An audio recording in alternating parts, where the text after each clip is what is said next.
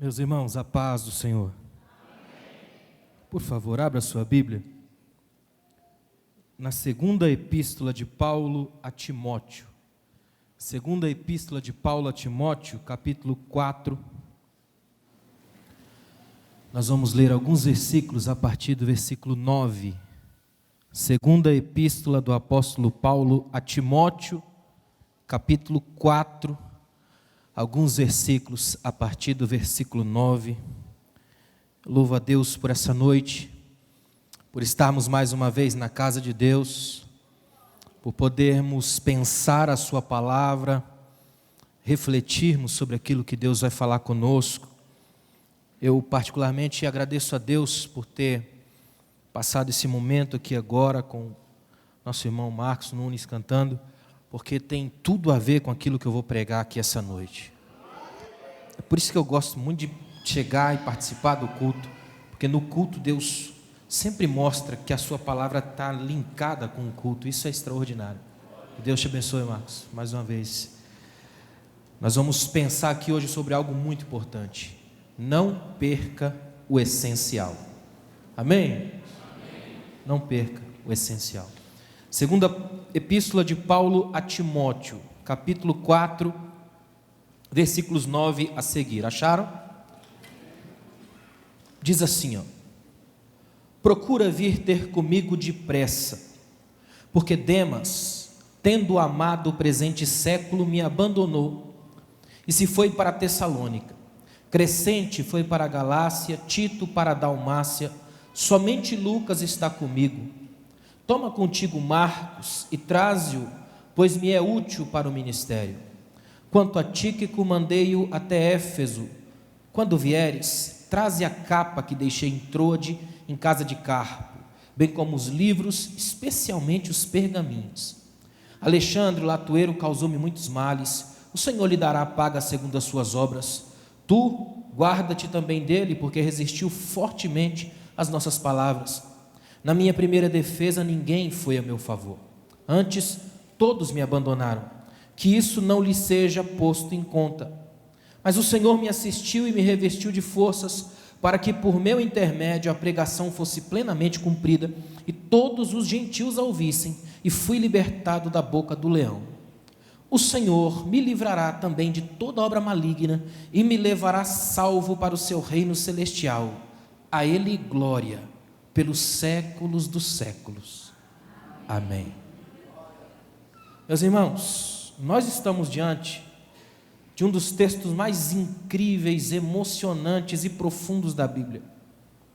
Você está diante agora, acabou de ler, você teve a honra, o privilégio de ler, literalmente, as últimas palavras escritas pelo apóstolo Paulo. Paulo não é qualquer um, até quem não é crente conhece Paulo. O apóstolo dos gentios, o homem dos grandes textos, uma mente fabulosa, uma capacidade incrível. O texto que nós lemos foi escrito mais ou menos entre os anos 64 e 68 depois de Cristo, dentro de uma prisão, provavelmente em Roma. Paulo escreve para Timóteo, o menino que ele chama de filho na fé. Ele faz um desabafo típico de quem está encarando a morte e de que chega num nível de sabedoria tão profundo que consegue vislumbrar o essencial. Por isso que a minha palavra hoje é não perca o essencial. Nós vivemos num mundo do supérfluo, a sociedade do acúmulo, tantas coisas nas mãos que já não há espaço para o abraço. Hoje eu estava em Belo Horizonte, voltando de lá para cá, ministrei lá ontem. No voo percebi uma coisa interessante, eu sempre ando muito ligado. A comissária de bordo disse assim, quando a gente atou os cintos e tal, para decolar, aquela coisa padrão. Só que curiosamente hoje elas colocaram uma frase que não está no script. Ela disse assim: se por um acaso tivermos uma evacuação, deixem para trás todos os pertences. Aí uma mulher bem atrás da minha poltrona disse: o que eu vou fazer sem as coisas da minha bolsa? É claro que ela estava brincando, mas isso na hora me deu um toque de que o que é que vale a pena numa hora dessas? Eu acho extraordinário Paulo fazer uma lista das coisas que ele precisa no momento final da vida. E Paulo não diz para Timóteo assim, traga um iPhone 7, me traga um PlayStation 4. Paulo diz, me traz uma capa, os livros e os pergaminhos. Numa frase bem simples, ele está dizendo: eu preciso de uma capa para aquecer esse corpo velho. Eu preciso dos livros para botar alguma coisa na mente, que a mente vazia é um negócio complicado. Eu preciso dos pergaminhos, que são as escrituras, para alimentar a alma. Tudo que eu preciso eu já tenho aqui. O melhor de tudo, eu tenho a quem escrever, eu tenho amigos, eu tenho gente perto de mim. Orem por mim, me ajudem. Muita gente me abandonou, foi um monte de gente embora, mas eu tenho uma história, eu tenho um legado. Eu vou sair desse mundo para entrar nas páginas da vida. Então a Ele glória, o essencial eu não perdi. Nunca perca o essencial. Você hoje aqui tem mais milhões de motivos para agradecer a Deus que você arrastou um ano, mas não perdeu o essencial. Se você está com a família aqui hoje, você está com o essencial aqui. Se você está respirando, você ainda tem o essencial. Se o líquido maravilhoso vermelho chamado sangue estiver circulando nas suas veias, você tem o essencial. Então agradeça a Deus pela maravilha e o potencial milagre do essencial. É tão bom saber que Deus continua nos abençoando com o comum. Eu sou fascinado pelo Deus das coisas comuns. Por exemplo, talvez eu vá te assustar com o que eu vou dizer, mas eu preciso dizer, eu sou um homem assim extremamente adepto de Tomé. Eu gosto de Tomé. Tomé talvez seja o apóstolo que eu goste mais. Porque Tomé é um indivíduo que faz muito mais na sua dúvida do que os 11 apóstolos na sua falta de fé. Tomé chega para os discípulos e quando ele fica sabendo que Jesus ressuscitou, ele fala: se eu não colocar o meu dedo na ferida, eu não vou crer. Sabe o que ele está dizendo com isso? Eu me recuso a acreditar que a ressurreição dele vai ser um final feliz fácil demais. Eu quero ter certeza que ele guardou as feridas, que ele é um Deus que não se incomoda de fazer um espetáculo, mas guarda as lembranças daquilo que machucou. Ele é um Deus que guarda o essencial. Sabe o que nos salva aqui essa noite? Sabermos que Jesus, por causa da cruz, deu um golpe essencial no império da morte e das trevas, e nós estamos vivos por causa do que Jesus fez. Nós vivemos numa sociedade onde tudo que é feito para passar rápido, para não sobrar nada, essa sociedade se especializou. Uma sociedade que tudo flui muito rápido, que quase nada faz sentido. Os nossos almoços são cada vez mais rápidos, os nossos casamentos têm cerimônias cada vez mais longas para casamentos cada vez mais curtos. Nós vivemos numa sociedade que despenca quando o assunto é essencial, sociedade de banalizações sobre banalizações. É igual uma cena que eu vi esses dias no Instagram, uma menina que tinha um monte de... Toda vez que ela tinha um relacionamento, ela tatuava. Então, quando ela terminava o relacionamento, fazia um risco também tatuado. Então, ela tinha um braço quase inteiro, todo riscado. Ou seja, já não há mais o conhecimento daquilo que perdura, aquilo que fica.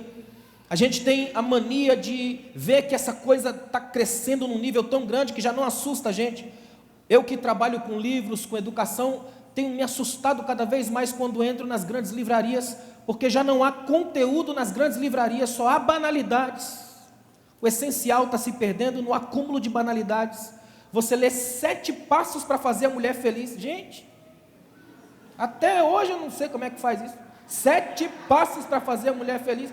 A minha esposa precisa de muito mais, porque ela é especial demais para 7 passos.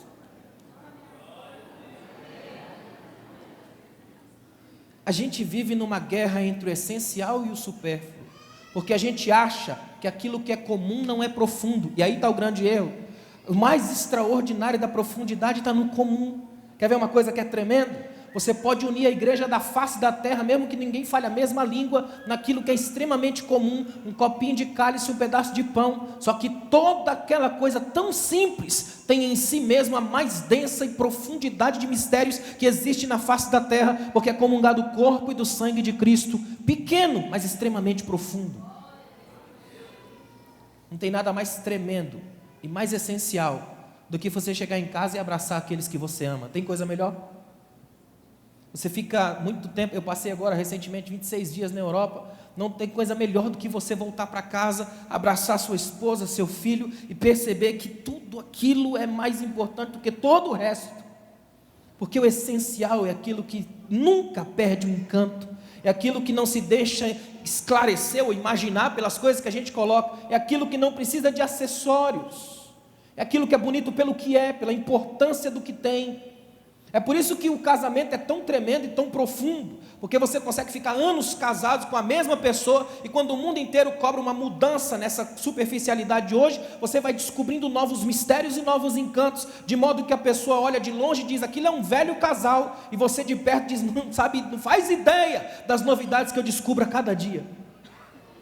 Permaneça mistério. Nunca perca o essencial.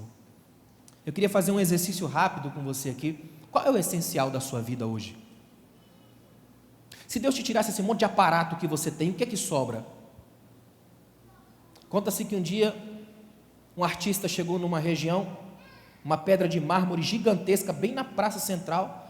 Ele pegou seu martelo, seu ponteiro e saiu para cima daquela pedra. Ficou 6 anos trabalhando naquilo, todo dia, 6 anos, até que começou a tomar forma.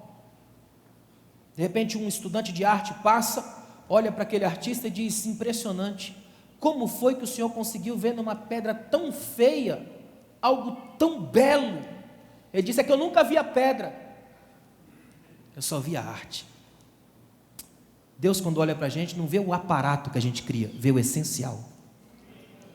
Você pode não ter absolutamente nada do ponto de vista do que o mundo acha importante, mas você tem absolutamente tudo do ponto de vista de Deus, que sabe o que é importante aí. Por isso que você está vivo aqui hoje, porque Deus conhece a estrutura e lembra de que somos pó. Nós estamos aqui hoje para agradecer a Deus pelo milagre do essencial, agradecer a Deus pelo milagre da vida. Você pode por um minuto agradecer a Deus pelas coisas essenciais?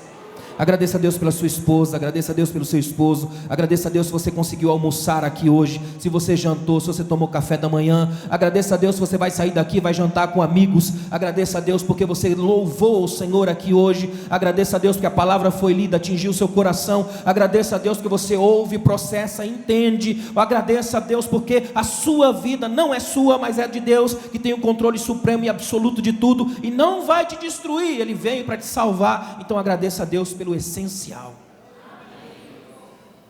Não tem nada mais bonito, mais profundo que o essencial. Por exemplo, uma das coisas mais profundas, essenciais e belas do homem é chorar. Você já chorou bastante daquele choro que você fala: agora eu lavei a alma? Já chorou assim? Choros profundos da alma. Os rabinos dizem que os nossos olhos foram feitos mais para chorar do que para ver, porque os cegos não veem, mas choram. Tem a ver com lavar a alma, tem a ver com abrir a vida. Por isso que quando você chega na igreja, entenda uma coisa aqui, estar aqui hoje não é fazer parte de um ritual, de uma religião. Se você pensa isso, está redondamente enganado. Aqui não tem nada a ver com religião, até porque Jesus não tem nada a ver com as religiosidades nossas. E nós aqui na igreja não somos santos porque não erramos. Muito pelo contrário, a gente é santo porque no acúmulo de erros a gente tem arrependimentos. Sabe aquele negócio de coleção? Coleção de chave, coleção de ficha, coleção de moeda. Jesus tinha uma coleção de pecadores, ele teve 12. E a coleção aumentou, olha o tanto que temos aqui hoje, né? Somos todos nós pecadores.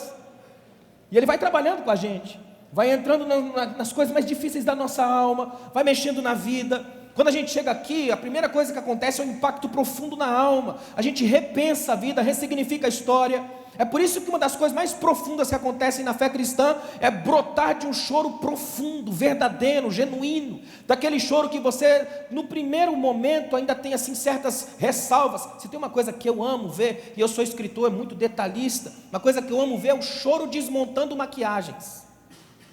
Já percebeu que a lágrima não respeita camadas de maquiagem? Não é? Homem já se descabela, chora, fica estranho, torto, mas a mulher começa assim com a pontinha do dedo, pega um lenço, até que não aguenta mais, não é? E você já viu como é que nasce uma lágrima? Ela começa aqui dentro, no mover do Espírito, nas águas profundas da vida, e todo o rio começa a se mover, e vai vazar pelos olhos. Quando ele começa a vazar pelos olhos, ele desce pelo rosto, até pingar aqui de novo, no mesmo lugar onde nasceu, nasce, cresce, vive e morre. É um mistério da vida. Do mesmo jeito que você está aqui hoje, você é fruto da graça de Deus que te fez levantar, nascer, viver, e quando morrer, morra para a glória de Deus, como Paulo. Termine, mas termine em paz, dizendo a Ele glória pelos séculos dos séculos. Amém. Eu acho tremendo de Paulo, que Paulo está no final da vida, está preso, condenado por pregar a paz e o evangelho num reinado inteiro, num império inteiro. É um homem que tem um monte de gente aqui que ele cria. O que nós estamos lendo aqui hoje, que eu acabei de ler para vocês aqui, é uma espécie de delação de Paulo, só que não é premiada. Paulo começa a dizer: um me abandonou, o outro foi embora para outro lugar, ninguém está comigo, na hora que eu precisei não teve nenhum, não é? E Paulo está dizendo assim: olha, eu tenho um monte de razões para passar a minha vida reclamando aqui. Eu tenho razões para chegar no final da vida e dizer: Deus, o Senhor não esteve comigo. Deus, cadê o Senhor? Onde o Senhor estava? Eu louvo a Deus que Paulo não orou em nenhum momento aqui para Deus livrar ele da morte. Ele só usa uma metáfora da boca do leão. Ele está dizendo: não estou morrendo. enfraquecido, envergonhado, destruído, eu estou morrendo para a glória de Deus.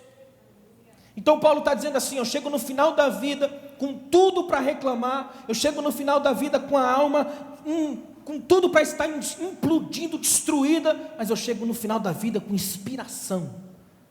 Eu chego escrevendo salmos, eu chego finalizando com uma doxologia, a Ele glórias, pelos séculos dos séculos. Olha o que Paulo está dizendo para Timóteo: Timóteo, aprenda, a nossa vida é uma vida complicada, mas se você seguir os meus passos, e aquilo que eu estou dizendo para você, você vai chegar tanto quanto eu cheguei. É interessante que lá em Hebreus, a Bíblia vai dizer que Timóteo tinha sido libertado da prisão, ou seja, seguiu o mesmo caminho de Paulo. Ele foi parar na prisão também, mas também permaneceu fiel, porque a graça de Deus que estava em Paulo e que foi passada para ele, gerou influência, legado, modelo, exemplo. Agradeça a Deus pelo essencial da sua vida. Quando a gente chega no final do ano, assim, final de ano é sempre a mesma coisa. A gente começa com pequenos êxtases que acontecem em dezembro, porque a gente ainda está ansiosinho, assim, pela questão das férias. Aí a gente chega nas férias, Natal e Ano Novo a gente come desesperadamente, até que chega janeiro, e janeiro vem com uma espécie de depressão, que vem em carnê, para a gente pagar, não é? Até que a gente fica assim, razoavelmente destruído, e a gente chega afogando mágoas, lá nas águas de março, termina por ali, né? Todo ano é a mesma coisa, mesmo ciclo. Aí chega no final do ano, a gente vê os especialistas naquilo que nunca fizeram, que é viver. E eles ficam o tempo todo mostrando para nós como fazer, como ser, como viver. A sociedade pragmática do faça assim, self-service o tempo todo. A Bíblia é diferente. A Bíblia não coloca uma espécie de receita pronta para viver, porque ela sabe que a vida não tem enredo, que o que é muito bonito para mim pode ser terrível para você, que às vezes aquilo que eu fiz como oração e deu certo para mim, não dá certo para você, porque são realidades diferentes e Deus respeita a individualidade de cada um, porque a unidade na igreja não é um modelo pleno, é um modelo das nossas diferenças sendo respeitadas pela graça de Deus. Ainda bem que a gente tem intimidade primeiro para a unidade depois. É sábio isso. Está dando para entender? Eu, como escritor, uma das coisas mais difíceis que tem para um escritor, ele é aprender a ser essencial. Porque o escritor tem a tentação de o que ele pode dizer em 4 palavras, tem a tentação de dizer em 4 páginas. Tem muita gente que não consegue ser escritor por causa disso, não consegue dizer tá bom, basta. E vai escrevendo, aí apaga, escreve de novo, apaga, escreve de novo. O escritor que não sabe dizer deu, não consegue escrever. É extremamente difícil ser escritor e aprender o essencial. Ou seja, aquilo que eu posso falar em 4 palavras, eu não preciso dizer em 20. Aquilo que eu preciso ser, eu não preciso produzir. Sabe o que Deus está dizendo para a gente hoje aqui nas entrelinhas? É que nós não precisamos ceder à tentação da vitrine, de mostrar para o mundo que a gente tem uma coisa imaginária fantástica, mas que quando tira isso não sobra nada. O que Deus quer de você hoje é que, tirando todas as camadas de maquiagem, de grife, de sucesso, de etiquetas, de produções, sobre você. A essência, o homem, a mulher, alguém que não precisa a cada 4 palavras falar extraordinário, alguém que sabe que o comum permanece na sua vida como bênção.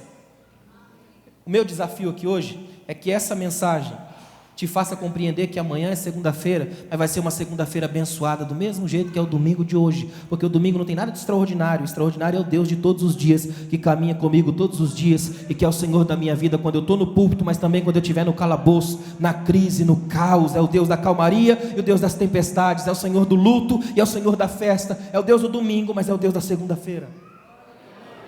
Somos chamados a transitar com a mesma graça no púlpito, a escola do Filho.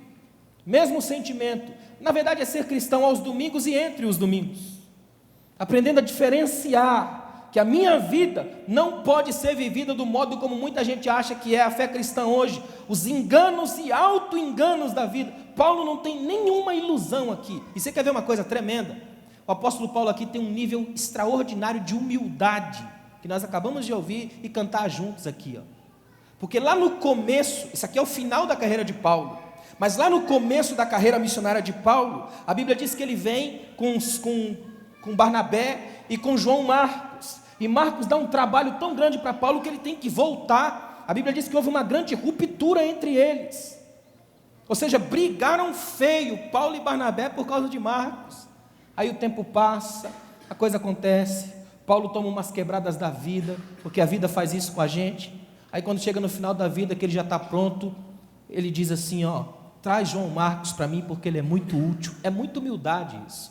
Ele diz, eu quero que esse rapaz volte a trabalhar comigo, ele dá certo agora, ele já aprendeu com a vida, eu também já aprendi, a gente agora vai se olhar nos olhos, vai perceber que o tempo passou e produziu algo de bom na gente, o essencial fica depois que as picuinhas saem.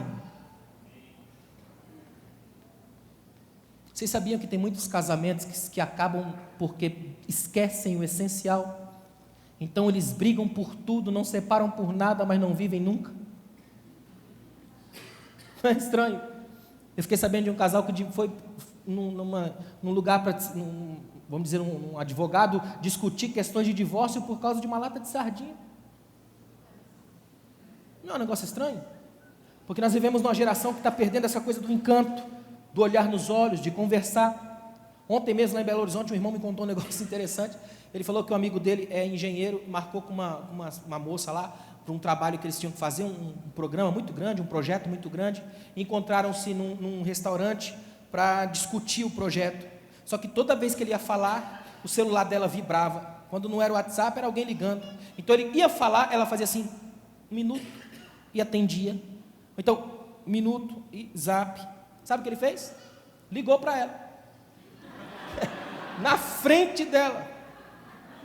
Ela atendeu, ele disse, oi, tudo bem? Sou eu. Olha para mim, estou aqui na sua frente. É porque você não fala, então tem que ligar para você. E ele achou que isso fosse chocá-la, que ela fosse ficar assim assustada. Sabe o que ela disse? Uau, isso é o máximo. Vamos falar por aqui.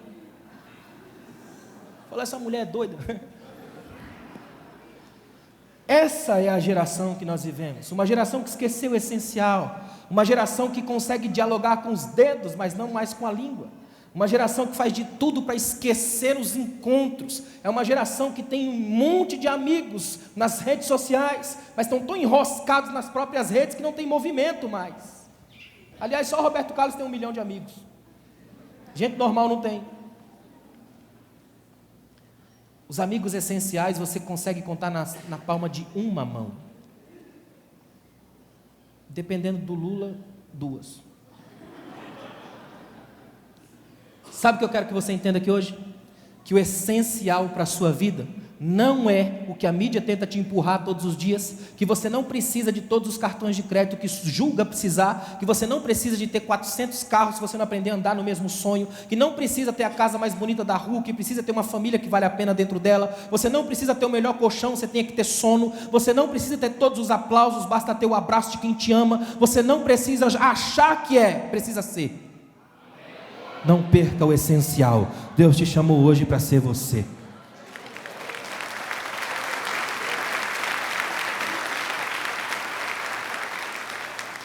Eu gosto muito do versículo 13, porque Paulo diz assim, olha, traz a capa. Ele está dizendo assim, eu sinto frio, eu preciso de uma capa, uma coisa simples. Traz aquela capa para mim. Irmãos, Paulo é simplesmente o maior nome do cristianismo depois de Cristo, é algo extraordinário. Paulo é uma mente fantástica. Eu fico imaginando o que Paulo faria na mão se ele tivesse acesso ao iPad, imagina, se Paulo tivesse um MacBook, meu Deus do céu.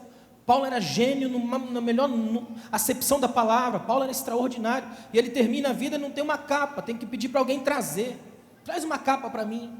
Isso levava um tempo imenso, porque ainda tinha que mandar essa carta chegar, depois o indivíduo ler e mandar de volta, imagina.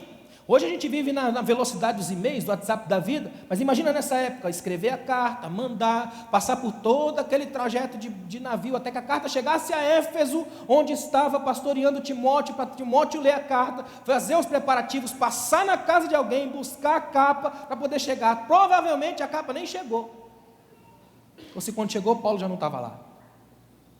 Mas Paulo fala assim, ainda bem que eu tenho alguém que pode buscar para mim. Sabe o que Paulo está dizendo? Eu tenho um amigo que é capaz de deixar a direção de uma igreja, entrar num navio, correr risco de vida para buscar uma capa para mim. Eu tenho tudo. Eu tenho o essencial. Eu fico lembrando de Jó, por exemplo. Jó tem 3 amigos que são capazes de sentar diante dele e ficar em silêncio. Às vezes eu preciso tanto de um amigo que fique em silêncio perto de mim. Tem coisa mais irritante do que você falar metade de uma palavra e o cara tentar entender 2? Não é esquisito? Fala a verdade, se as melhores coisas da vida, as essenciais, não dá para contar nos dedos das mãos? Quer ver uma coisa? Eu desafio, fala a verdade. você que principalmente passa, como eu que viajo muito, você come muito em restaurante, não dá uma coisa maravilhosa quando você chega em casa e come comida de verdade? Você já foi num restaurante chique, que a comida vem tão elaborada que você tem medo de mexer para não desamarrar? Já, ou é só comigo? Não é? Você fica assim pensando, gente, come por onde? Tanto talé, tanta coisa, não é? E você come aquilo, não tem gosto direito, que é uma coisa conceitual, parece plástico. Não é verdade? Algumas comidas são tão bem elaboradas que você souber como é feito, você desiste de comer. Tem um provérbio que é muito dito entre os advogados, que dizem que as linguiças e as leis, se os homens soubessem como são feitas, não comiam as primeiras e nem seguiriam as segundas, não é? É estranho, mas o essencial é a simplicidade da vida. Quando você chega em casa e come comida de mãe, quem tem a alegria de comer comida de vó. Sabe aquela coisa, esses dias eu estava assistindo um filme, onde o indivíduo foi fazer um café na casa do filho, e tem uma máquina toda elaborada, e diz, não é possível, no meu tempo era só jogar o pó, pegar uma coisa, encher de água, o café saía, agora não dá nem para ligar isso aqui. O cara falou, que essa daí é de chá, pai, de café é outra. Nós vivemos numa época que é tão difícil ser simples. Somos o tempo todo focados numa cultura de um robotizar do humano. Você tem que ser cada vez melhor, o tempo todo, a todo momento. Eu fico observando as crianças de hoje, às vezes dá dó das crianças de hoje, que não têm a alegria de serem crianças. O menino está com 2 anos e meio, ele já tem que falar 6 idiomas. Porque o pai não olha o filho como filho, mas como um caixa eletrônico existencial. Eu estou depositando, isso tem que dar retorno. E a criança faz de tudo, balé, ginástica, futebol, natação, luta, até que chega de noite a criança não dorme, ela desmaia na cama, não tem brinquedo. Antigamente os pais, as mães, chegavam na porta da rua e diziam, menino vem para dentro. Hoje as mães chegam no quarto, menino vai para fora. Dizem que se tivesse legenda no ultrassom de hoje, a criança diria, mãe me tira daqui, tem que acessar o Face. Nós vivemos numa geração enroscada no mundo da praticidade. E sabe o que Deus está dizendo para nós aqui hoje? Deixa eu só fazer uma lembrança a vocês. Deus costuma ser meio antigo mesmo, amém? Até porque Ele existe desde antes do começo e vai estar lá depois do fim. Então, não dá para explicar, mas Ele é Deus, é ou não é? O que Deus quer é que a gente se dispa de todas as capas e acessórios que embrutecem, desumanizam e que a gente volte a ser gente. Que você volte a se alegrar por ser vovô, vovó, por você volte a se alegrar por ser papai, mamãe, que volte a se alegrar por ser filho, a menininha do pai, ainda que você tenha 25 anos, se alegre por ser a menininha do seu pai. Volte a ser feliz pelo essencial. Volte a agradecer a Deus por ter uma família à sua mesa. Que nesse Natal você não fique feliz só porque você tem 6 tipos de coisa para comer. Você não vai conseguir comer as 6 mesmo, uma vai ficar para amanhã. Se alegre se você conseguir ter a família em volta da mesa e poder recostar e dizer, graças a Deus está todo mundo aqui, todo mundo preservado do mal, todo mundo guardado da morte, todo mundo perto do meu abraço, ao alcance do beijo, está todo mundo aqui. Obrigado, Senhor, a Ele, glória pelos séculos dos séculos, porque o essencial está aqui. O essencial está na mesa. Eu fico pensando nessas datas, nas pessoas que perdem gente essencial. Só quem já perdeu mãe, quem já perdeu pai, quem já perdeu filho, sabe o que é perder o essencial. É por isso que eu não gosto de velório, detesto velório. Eu só vou em velório quando é o último caso. Para mim o velório é o mais alto grau de dores hipócritas de muita gente. O indivíduo está lá todo esticado, não ouve mais nada, aí que a gente fala o que ele deveria ouvir em vida. Era tão tremendo, esse cara era tão bom, generoso. Por que não falou quando ele estava vivo? Espera o cara morrer, quando ele não pode mais ouvir, aí a gente fala, não para ele, mas para a gente. Dizem que quanto mais flores você manda para os mortos, mais você mostra o nível de remorso que você tem. Ao invés de ter dado flores em vida, deu na morte. Preserve o essencial. Como Deus está falando com a gente aqui essa noite. Preserve o essencial. Sabe qual é o essencial dos essenciais aqui hoje? A graça soberana de Jesus derramada sobre as nossas vidas. Todo mundo aqui dentro hoje tem sido alcançado pelo mais essencial que existe, aquilo de mais íntimo que Deus deu, a sua graça sobre cada um de nós. É por isso que nós ainda estamos vivos, de pé, e podemos glorificar a Deus. O mundo virá de cabeça para baixo e a igreja feliz ainda permanece de pé, porque os ventos da tribulação, as tempestades do mar da vida não destroem a gente, porque a graça de Deus permanece em nós. É por isso que Paulo vai terminar dizendo a Ele glória. pelos séculos dos séculos. Paulo diz uma coisa que é tão tremenda. Interessante que Paulo faz uma coisa que é quase uma quebra de regra dele nessa carta. Como é a última carta, ele tem direito, ele tem crédito. Ele fecha a carta 2 vezes.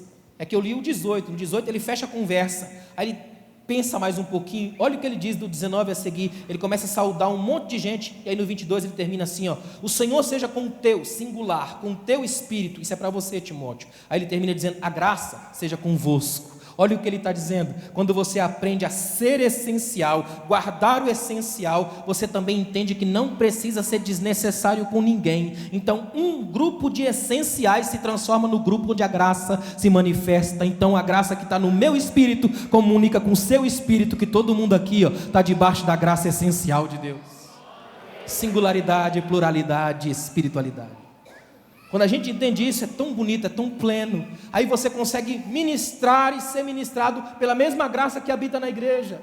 Aí você entende que estar aqui não é apenas um exercício prático, rotineiro, comum de igreja.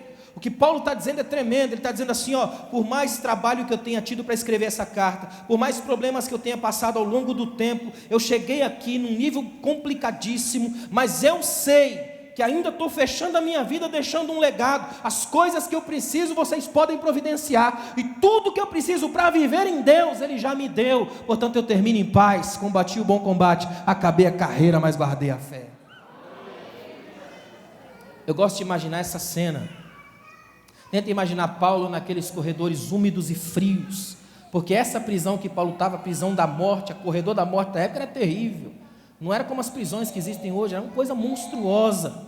E Paulo chega destruído no final da vida, até que vem o carrasco, dá um grito: prisioneiro Saulo, Paulo, chama ele, abrem-se as pesadas grades, leva Paulo, coloca a cabeça assim num cepo, e com aquela frieza característica dos verdugos, dos executores de morte do império, uma só espadada, cai a cabeça para um lado, o corpo para o outro. Um homem termina ali. Só que a obra dele até hoje nunca acabou. Ninguém consegue matar o que é essencial. Ou seja, Deus está dizendo para nós aqui hoje: o que vale a pena para a sua vida? O que vale a pena guardar? Interessante que Paulo não guarda nada. E sabe por que Paulo fala e cita nomes aqui? Interessante que Paulo cita nomes: Demas, fulano. O que ele está dizendo é o seguinte: não estou guardando ressentimento de ninguém. Eu sei os nomes de todos eles, e se eles vierem aqui agora, eu abraço todos eles. Eu tenho orado por eles, eu sei os nomes. Paulo se recusa a guardar ressentimento, que ressentimento, a palavra significa literalmente ressentir, é sentir de novo, é arrancar a casca da ferida de modo que ela nunca sare, é você ficar a vida inteira guardando podridão, autodestruindo a alma. Alguém que vive acorrentado, esmagado pelo ressentimento, é alguém que não consegue ficar em paz. É por isso que os antigos diziam que quando você perdoa, você liberta o escravo, e assustado percebe que o escravo era você. Tem um provérbio rabínico que diz que você ter ressentimento é semelhante a você ingerir um copo de veneno esperando que quem te feriu morra. Há muita gente assim. E aí às vezes a pessoa fica pensando: você está dizendo isso porque você não sabe o que o outro fez. Ele ainda vai me pagar pelo que ela fez. Por causa dela eu fui à falência. Por causa dele eu ouvi as piores frases da vida. E isso fica machucando e não sara nunca. Só que hoje a palavra de Deus para você é essencial. Qual é o essencial? Guardar angústias, ódios, feridas, ou pedir que a graça de Deus desça sobre você hoje como o bálsamo do perdão? Eu costumo dizer que o perdão é o aumentativo da perda. É um perdão, você perde tanto que não sobra mais espaço para nada, a não ser para o abraço, para o recomeço, para a ficha nova. Interessante que quando Deus estabelece a Páscoa lá em Israel, Ele diz assim, ó: este será o primeiro dia do ano. Ou seja, para Deus tudo é recomeço. Deus está no recomeço. Deus está na capacidade que me dá de recomeçar, de poder olhar nos olhos do outro e dizer: a partir de hoje a gente vai começar de novo, vamos escrever uma página nova. Nós não vamos passar uma borracha, porque a borracha só suja a página, mas a gente vai pedir para o Espírito queimar isso, para não sobrar nem cinzas, para que as nossas memórias sejam curadas com isso, e a gente possa a partir de hoje, juntos, adorar a Deus pelo testemunho do que acontece na vida.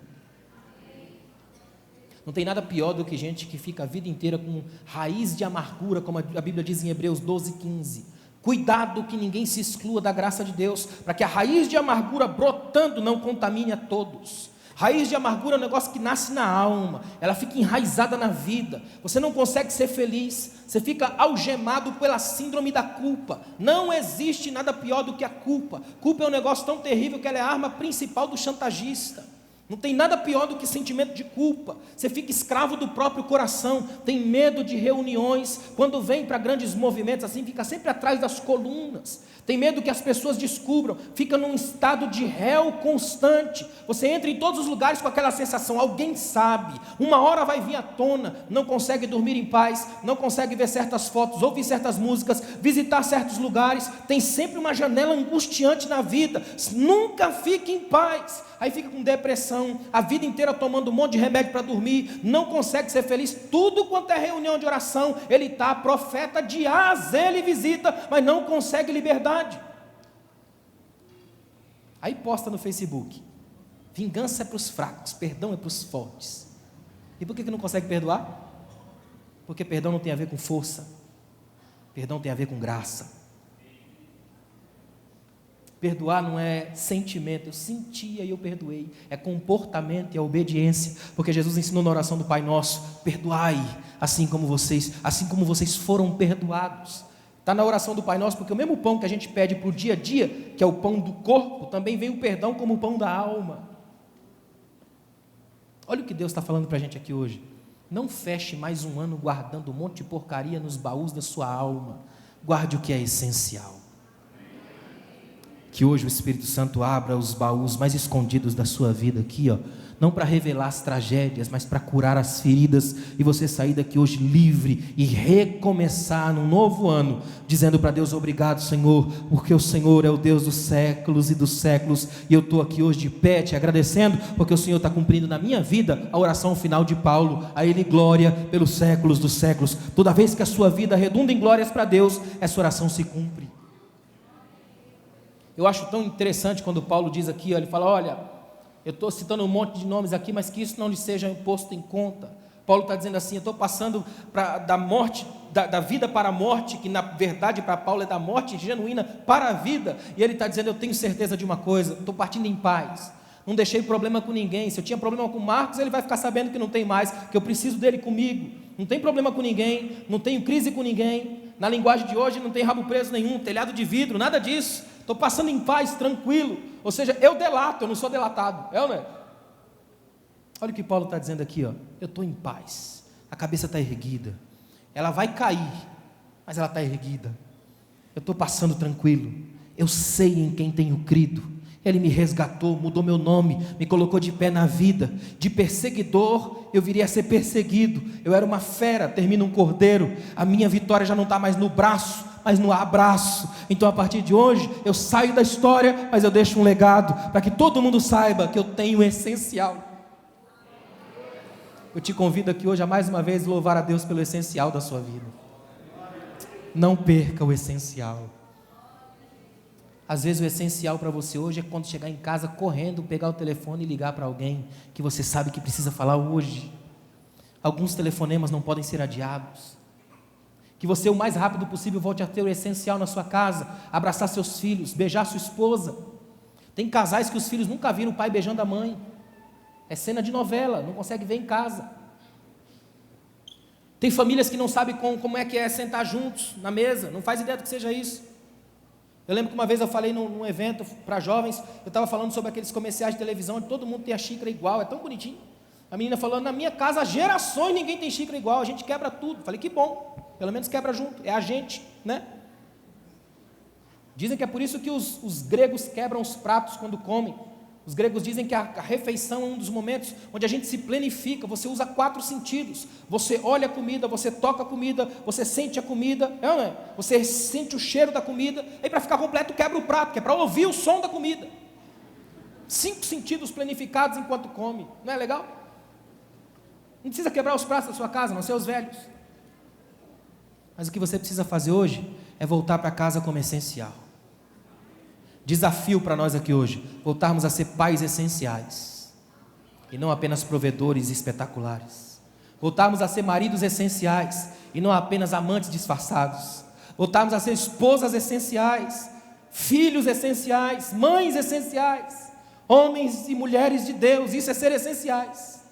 E a gente entender de uma vez por todas que a nossa fé cristã não nos imuniza das crises, mas nos faz produzir nelas. É entender que pela minha fé cristã, eu não vou ser proibido de entrar nas cadeias da vida, mas se eu chegar lá, transforma aquele lugar num lugar onde há culto, louvor e adoração a Deus. Aliás, Paulo era um problema em toda a cadeia que chegava, porque ou ele quebrava a cadeia cantando, como Paulo e Silas, ou ele convertia os caras que estavam do lado. Acho que é por isso que essa durou pouco tempo, já mataram de uma vez, que é para acabar, não correr mais risco. Porque onde Paulo chega, revoluciona o lugar. Estava olhando na Bíblia esses dias, tem 2 homens na Bíblia que são interessantes para mim. A Bíblia diz em Provérbios 17 que é melhor você ter um pedaço de pão seco numa casa feliz, do que ter uma mansão onde tem só intrigas, banquete com intrigas. Não é estranho? Agostinho escreveu que lambeu o pão pintado nunca matou a fome de ninguém. A Bíblia mostra 2 homens que são extremamente opostos disso, é interessante. Tem José, o termo José, o nome José significa o Senhor acrescenta. E ele faz jus ao nome, tudo que ele toca prospera. José é um jovem bonito, interessante, sedutor, inteligente, filho de homem de Deus. A receita para dar certo, e deu. Só que também tem um outro indivíduo chamado Absalão, o nome é tremendo, Absalom, pai da paz. Ele também é bonito, é interessante, inteligente, sedutor, jovem, filho de homem de Deus, de Davi, o homem segundo o coração de Deus. Também tem tudo para dar certo, não tem? Só que deu errado, completamente errado. É a Bíblia mostrando que ninguém tem 100%. Alguns crescem poderosamente, outros falham miseravelmente. É a Bíblia sendo extremamente honesta para dizer para mim e para você que nem porque todo mundo está dentro da igreja que todo mundo vai ser perfeito.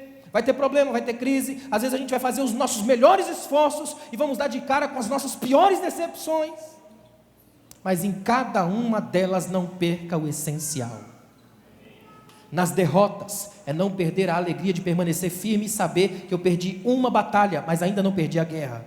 Nas vitórias, não perder a consciência de que no pódio só cabe um, e de que eu vou ter que descer para lutar novas batalhas. É entender em todo tempo sejam alvos os teus vestidos e nunca falte o óleo sobre a sua cabeça. É entender como Paulo, aprendi o segredo de viver contente. Sei ter muito, mas também sei ter pouco. Eu posso todas as coisas naquele que me fortalece. Eu prossigo para o alvo, para o prêmio da soberana vocação de Deus em Cristo Jesus. Eu sei viver. Devia ser um hino, é preciso saber viver. É ou não é?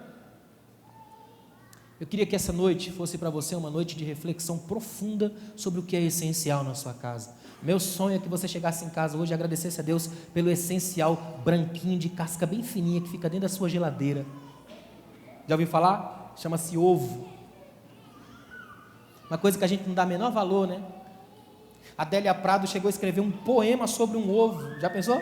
Ela botou um ovo em cima da mesa e disse: é tão bonito, é um sol oculto guardado lá dentro, a natureza morta palpitante, o que vai viver só espera. Profundidades guardadas num ovo. Tem tanta coisa bonita na sua vida e você não percebe porque está olhando para as vitrines daquilo que não é seu. Volte os seus olhos para o que é essencial e está perto de você, dentro da sua alma, ou sentado do seu lado. Adore a Deus pelo essencial que você tem aqui hoje, porque Deus já te deu aquilo que você precisa. Como é bom quando a gente reconhece o essencial, redescobre a vida. Eu fico observando, às vezes Paulo aqui não tinha nenhuma capa para viver. Você já viu quando a gente chega assim na frente do guarda-roupa e fica olhando e fala: não tenho roupa para ir hoje. Gente, a gente tem tanta roupa, é ou não é? Aí bota uma roupa, tira uma roupa e bota outra roupa e acha que não está. O problema não é a roupa, é por dentro. A coisa está mais complicada aqui dentro. É por isso que tem tanta gente que consegue fazer todo um movimento, se monta todo e chega de noite só vai desmontando. Montagens de ilusão, são como se fossem cenários da vida. Tudo isso desmorona diante da realidade. É por isso que às vezes uma notícia, às vezes pequena, é capaz de desmontar um mundo inteiro. Agora, quando você não tem nada, mas tem o essencial, acontece como aconteceu com Jó. As piores notícias não conseguem desmontar o coração. E aí você diz: eu sei que o meu Redentor vive e que por certo se levantará. Sabe o que Deus está dizendo para nós aqui essa noite? É tempo da gente voltar a glorificar a Deus pelos pequenos milagres da existência que Ele nos dá todos os dias. Agradeça a Deus hoje pela poesia que você é, viva diante de Deus. Ou seja, não existe ninguém no meio de 7 bilhões de pessoas que é igual a você. tem todos os seus problemas, todas as suas crises. Esses dias eu li um filósofo que disse: todo mundo arde numa frequência só sua. É verdade. Nós somos feitos assim. Tem gente que vibra numa frequência só sua. Interessante que a igreja é um desafio a qualquer sociólogo e antropólogo do mundo. Na igreja você tem gente de todas as formações, de todos os temperamentos. Você tem gente que está ali profundamente tocado pelo Espírito Santo e não dá um pio, e você fala: esse cara está morto. Não está, está num nível profundo com Deus. E já tem outros que estão no mesmo nível que ele, mas extravasa, que você fala: meu Deus do céu, deve ser demais. É a mesma coisa, é que é jeito de expressar. É que a Bíblia diz que existe multiforme graça. A mesma coisa quando você vai num culto aqui, vai num culto lá no norte, no sul do Brasil. Eu que viajo muito, vejo muito isso. Tem lugares onde a gente chega que o culto é tudo fechado, estranho, e é cultural, é deles. Já tem lugar que você vai que você se sente esquisito. Tem coisas que Deus faz na igreja que são tão essenciais que a gente não percebe. Quer ver? Eu ministro uma mensagem sobre a genealogia de Jesus, pego nome por nome de Mateus e vou falando daquilo ali. Aí eu ministrei essa mensagem em Belo Horizonte e o pastor me contou no final do culto uma história muito interessante. Ele falou que lá no interior de Minas tinha um senhor muito rico, um fazendeirão lá da região, e ele anunciou para o pastor que ia ao culto à noite. E o pastor ficou desesperado, disse: meu Deus, o que eu vou fazer? O homem está vindo aí e não tem nenhum pregador convidado, ninguém de fora, como é que vai ser?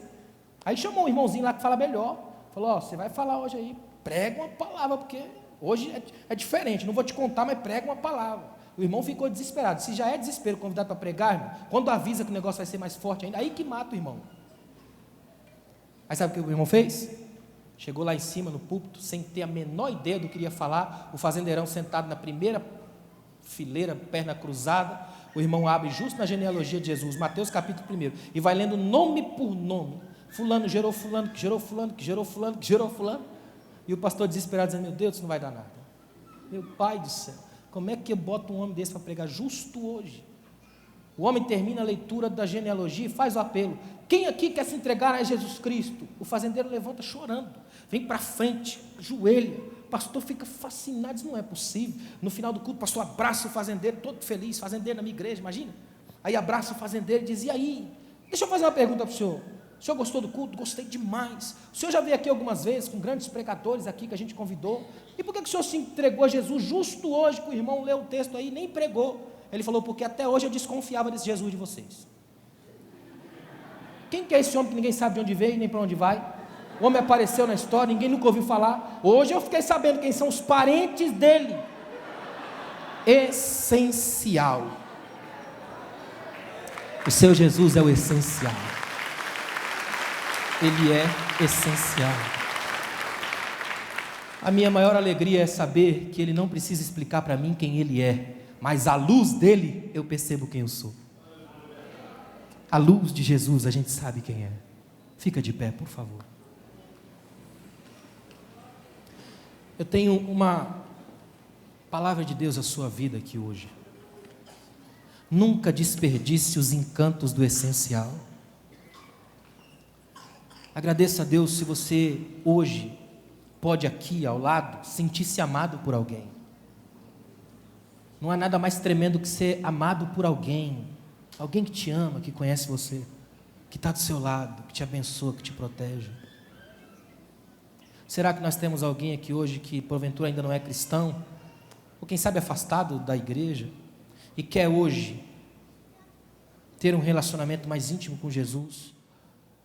Entregar seu coração para Ele, que não é uma proposta de religião, mas de vida, de construção de história, é não perder o essencial. Faz um sinal com a sua mão. Hoje pode ser o dia da mudança radical da história da sua vida, porque não existe absolutamente nada nem ninguém que seja capaz de mudar uma história de vida do que Jesus.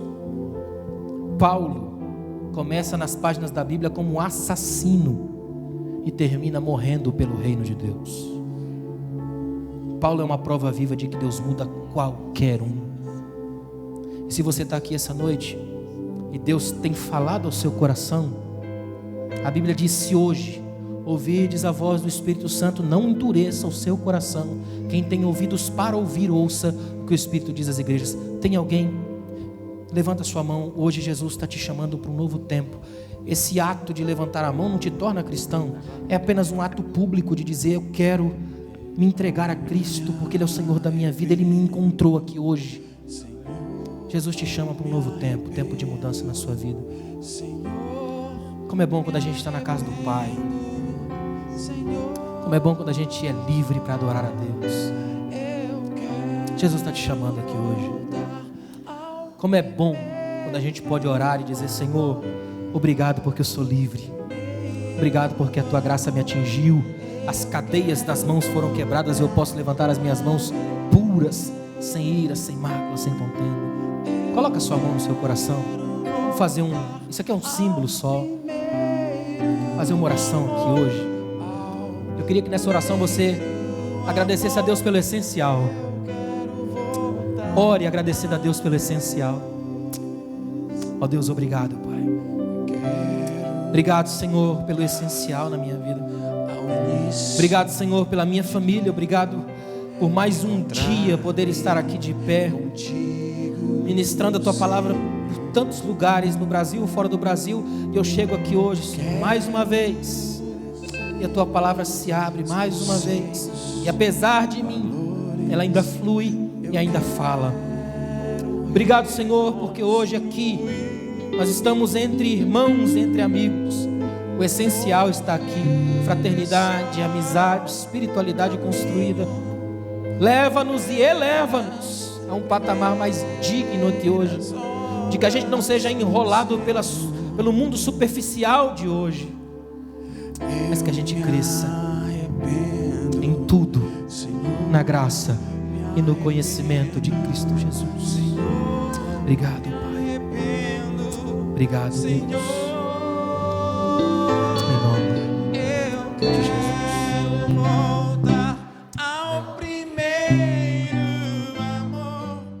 Uma igreja alegre, participativa.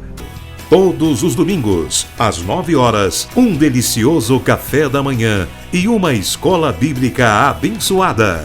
Às 18 horas, culto da família. Segunda, às 14 horas, Manancial Feminino.